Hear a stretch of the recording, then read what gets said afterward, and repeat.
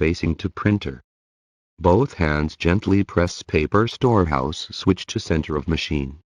After printer paper storehouse is loosened, starts to pull more gently. Put folded printing paper neatly into paper storehouse on right side and pull out a section of roller which is placed on storehouse door, so that when door is closed, printing paper can be seen outside of printer. And printing paper mesh heat sensitivity is facing up. At same time, green grid line is placed near left side of warehouse.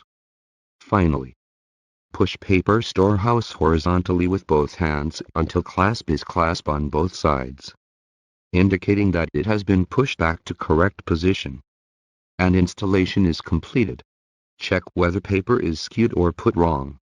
If it is skewed or put wrong, please readjust right position then start using printing function.